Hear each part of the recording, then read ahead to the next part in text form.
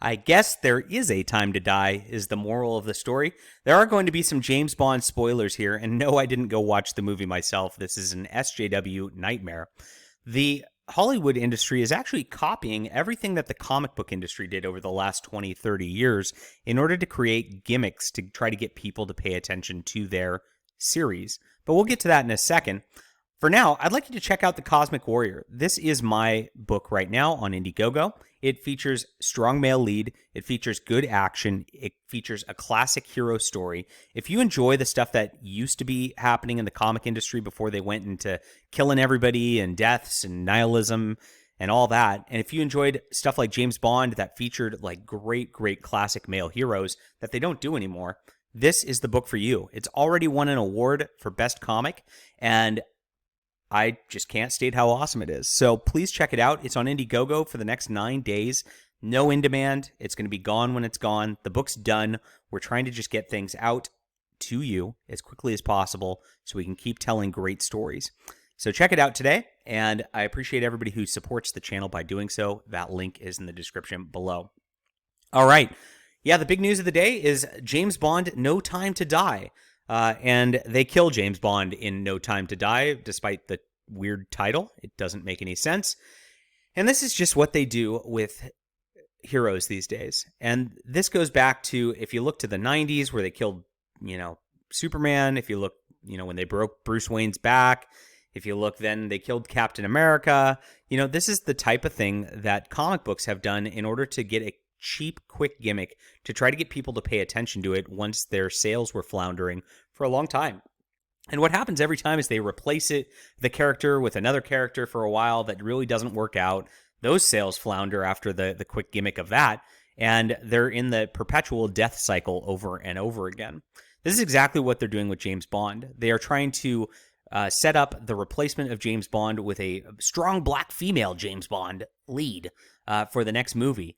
And nobody wants to go see that. They know nobody wants to go see that. And so they have to transition it so that it looks like he, had something with her so that she has some importance to the film or whatnot.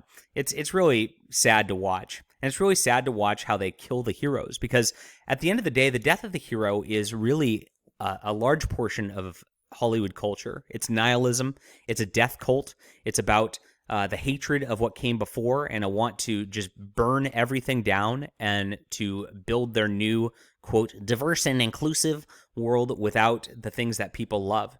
They want to try to destroy the things that you love so that they can then claim that their knockoff versions are going to be something new and unique that they can applaud themselves for at the end of the day.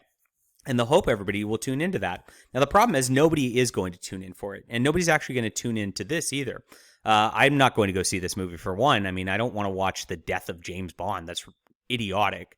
For one, the whole point of the character is that the character gets himself into these absurd situations up against stronger villains than him, up against masterminds, and yet he uses his wits and ingenuity to get out of it. That is the whole classic trope of James Bond. That's what you go watch this character for. Now, without that, when the hero loses in this sort of deal, in a final way, you just negate the whole point of what is there in the storytelling. They do want to kill heroes. They want to show heroes as flawed. They want to show heroes as not working out in the end, that everything's just up to fate. And this is a part of their nihilistic communist agenda in order to destroy our culture. This is just the next step in a million steps of the same thing we've seen with the replacement characters in Ghostbusters, with the way that actually Avengers Endgame ended with, just killing off so much of the MCU. This is what they do now. It's because they can't tell a story without these gimmicks anymore. They can't rely on their own storytelling abilities. They know that they're not going to do anything good, and so they have to produce this. It's really sad to watch, but it just means that there's more room for us to remake the culture in an image that is good, in an image that is beautiful, in an image that is true. So thank you, everybody, for tuning in. Let me know what you think about this. Hit that like and subscribe button. We'll be back soon.